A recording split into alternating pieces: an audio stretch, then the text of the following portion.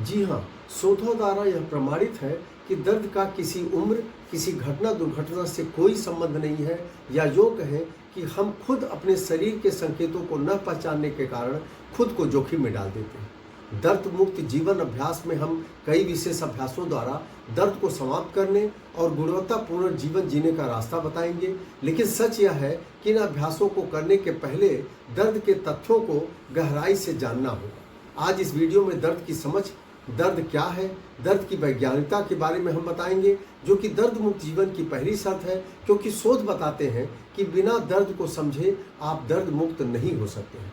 आज हम दर्द के बारे में कुछ ऐसा तथ्य बताएंगे जो रिसर्च और कई शोध परिणामों के आधार पर तैयार किए गए हैं। यही तथ्य दर्द के बारे में हमारी भ्रांतियों को दूर करते हैं। हमें मानव शरीर रचना और दर्द के पारस्परिक संबंधों को समझना होगा। जब हम अधिक उम्र के व्यक्तियों के हाथ, पैर, कमर या कंधे में दर्द पाते हैं तो हम कहते हैं कि उम्र हो गई है साहब, अब तो थोड़ा बहुत दर्द होगा ही। जबकि मस्कुलोस्केलेटल प्रणाली का विज्ञान कहता है कि यह तथ्य बिल्कुल गलत है कि उम्र बढ़ने पर कोई दर्द होता है या हाथ और पैर, कमर में दर्द होता है। यहाँ तक कि जब हमारे छोटे छोटे मोटे एक्सीडेंट हो जाते हैं, कहीं पैर फिसल जाता है या कहीं मोच आ जाता है, तो यह कोई दुर्घटना या घटना नहीं है, बल्कि इसकी जोखिम का कारण हम स्वयं हैं। हम खुद ऐसी परिस्थितियां अपने शरीर के साथ क्रिएट कर चुके हैं, जिसके कारण ऐसी छोटी मोटी घटनाओं से हमारी मांसपेशियों या हड्डियों में ऐसी विकृत और दर्द या पीड़ा उत्पन्न हो जाती है। आइए देखें शरीर रचना विज्ञान क्या कहता है। शरीर की बनावट में वास्तुतः चार चीजें आती हैं: मांसपेशियां, हड्डियां, उन दोनों को जोड़ने वाले जॉइंट्स, जोड़, और नसें। वास्तव में दर्द हमें कहता है कि शरीर में कुछ ऐसा हो रहा है जो नहीं होना चाहिए। इसी कुछ की पहचान हमें करना है। दर्द मुक्त होने के लिए सबसे पहला काम है शरीर की बनावट को फिर से खोज करना, अर्थात शरीर के मसल्स, हड्डियों, जोड़ों और नसों का जो तंत्र है उसको अपनी इच्छित तरीके से कार्य करने की अनुमति देना। दर्द की हम सामान्य व्याख्या करें तो दर्द वह मानवीय अनुभव और एहसास है जो हमें खतरे का संकेत देता है, और दूसरी तरफ यह खतरे से बचने या समाप्त करने के लिए कार्य करने को भी प्रेरित करता है। ध्यान दें, यहाँ केवल खतरे से बचना नहीं है। दर्द को हमें समाप्त केवल तुरंत खतरे को समाप्त नहीं करना है, बल्कि खतरे को समाप्त करने के लिए कार्य करना है। यह कार्य क्या है? यह एक कार्य है शरीर की बनावट को समझना और उसकी खोज करना। आइए समझते हैं समाधान क्या है। सबसे प्रमुख है मांसपेशियां, जो हड्डियों को शरीर से जोड़कर उन्हें अपनी सही जगह पर रखती है। वास्तव में मांसपेशियां ही हड्डियों को सही जगह पर रखने का कार्य करती हैं। वास्तुतः शरीर का जो मानक ढांचा है वो हड्डियों और मसल से बनता है, और मसल्स जैसा चाहती है हड्डियों को उसी आकार में रहना पड़ता है। शरीर की निश्चित डिजाइन होती है जिसमें कूल्हे, टखने, कंधे और घुटने के 8 लोड बेरिंग जोड़ होते हैं। दिन प्रतिदिन जाने अनजाने उसके संरेखण, उसके मिस अलाइनमेंट को, उसके वर्टिकल और हॉरिजॉन्टल बनावट को बिगाड़ने का प्रयास कर रहे हैं।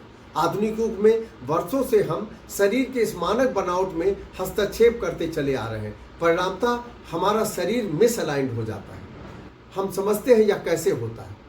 हमारे कंधे के जॉइंट्स, घुटने के जॉइंट्स को गति देना हमने बंद कर दिया है। वर्षों से उसमें गति न देने के कारण मांसपेशियों ने हड्डियों को छोड़ करके उसे कमजोर बना दिया है। क्योंकि यह शोधों द्वारा प्रमाणित है कि जिन मांसपेशियों का हम उपयोग नहीं करते हैं वह कमजोर और निष्क्रिय हो जाते हैं, अर्थात उसमें विकार आ जाता है। दूसरे, हमारा वातावरण जिसमें हम दिन प्रतिदिन अपनी सुविधाओं, लग्जरी, सुविधाजनक टेक्नोलॉजी अपने जीवन के लिए प्रयोग करते चले आ रहे हैं, वो गतिहीनता की स्थिति में हमें ला रही है। हमारा वातावरण, हमारा एनवायरनमेंट ही रिमोट कंट्रोल से चलने लगा है, जो बहुत ही कम गतिशीलता की मांग करता है। जब गतिशीलता की मांग कम होगी तो हमारी प्रतिक्रियाएं कम होगी। जब हमारी प्रतिक्रियाएं कम होगी तो हमारे मसल्स और जॉइंट्स एक्टिव नहीं होंगे, और उनके एक्टिव न होने के कारण हमारा मिसअलाइनमेंट होता है, जिसके कारण हमारा शरीर असंतुलित हो जाता है और हमारे शरीर में तत्काल दर्द प्रारंभ हो जाता है।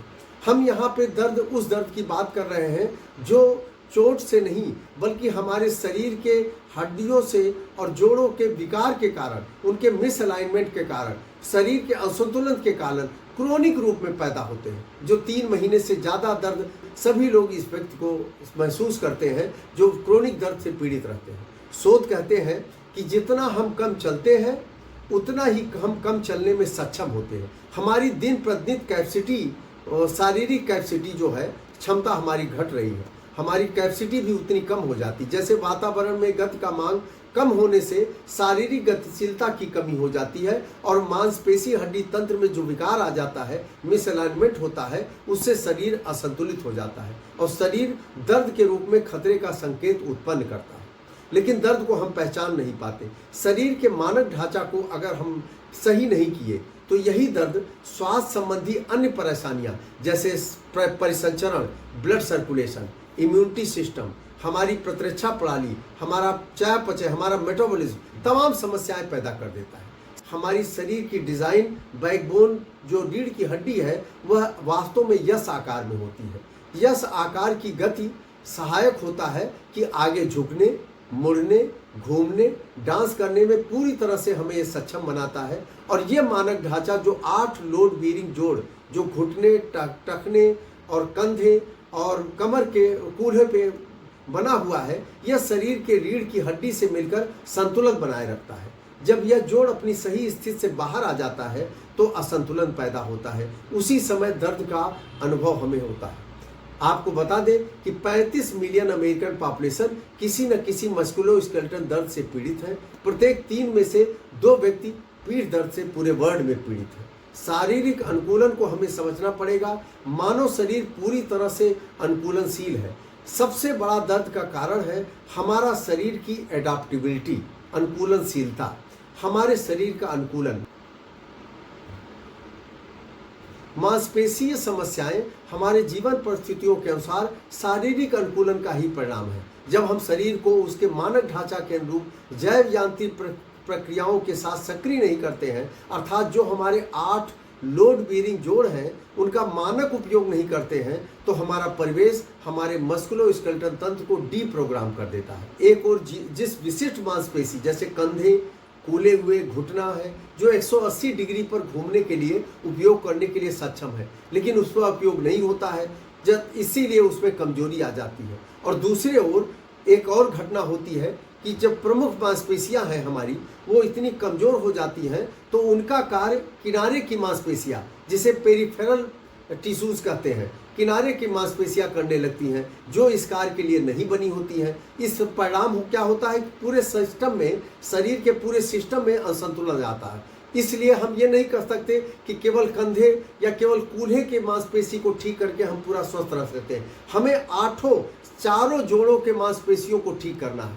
हमारी दोनों प्रकार की मांसपेशियों में दर्द और विकार क्यों आता है? क्योंकि शरीर मिसअलाइनमेंट को वातावरण की उत्तेजनाओं से अडॉप्ट कर लेता है, शरीर को क्रोनिक दर्द में डाल देता है।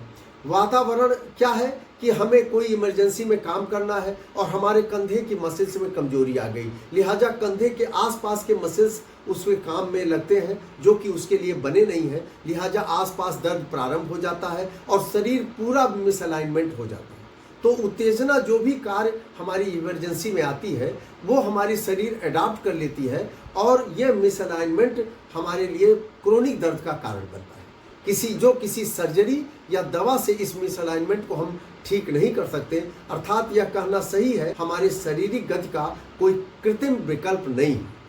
मानव की मस्कुलर स्केलेटल प्रणाली के डिजाइन सार्वभौमिक है, यूनिवर्सल है, अर्थात संपूर्ण संसार में मनुष्य की यही डिजाइन, यही मानक ढांचा सभी जगह एक समान है, जो कई मिलियन वर्षों से इवॉल्व हुई है, विकसित हुई। जैसे उदाहरण के लिए समझे कि कंधे अपने जोड़ों के 180 डिग्री पे घूमना चाहिए, यही बात घुटनों और कूल्हों के लिए भी लागू होती है।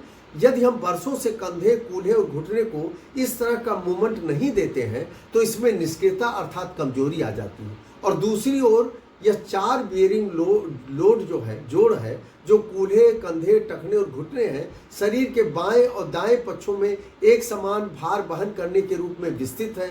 अगर यह 8 जोड़ समान रूप से एक साथ कार्य नहीं करते हैं तो शरीर में असंतुलन हो जाता है। उदाहरण के लिए जैसे आज के आधुनिक युग में कंप्यूटर, मोबाइल का उपयोग अत्यधिक होने के कारण हमारे हाथ के पंजे और कोहनी का उपयोग बढ़ गया है, कंधे का उपयोग बहुत कम हो गया है। ये हमारी आज की एनवायरमेंटल डिमांड है। अब इमरजेंसी में हमें कोई सामान उठाना हुआ या कोई कार्य करना हुआ तो हम कोहनी का अधिक प्रयोग करेंगे, अपने आर्म का उपयोग करते हुए कार्य करेंगे, क्योंकि हमारे कंधे का मसल्स कमजोर हो चुका है और कंधे का कार्य किनारे के कोहनी के मसेज द्वारा किया जा रहा है, जो इस शरीर के तंत्र को असंतुलित कर देता है, क्योंकि यह कार्य हमारे शरीर के मूल डिजाइन के अनुरूप कार्य करने से रोक रहा है। यहाँ कंधे का निष्क्रिय जोड़ पूरे मस्कुलोस्केलेटल प्रणाली की अखंडता अर्थात उसकी समग्रता को प्रभावित कर रहा है। शरीर को सीधी रेखा में या एक समान भार वहन करने या गत करने से वंचित कर रहा है।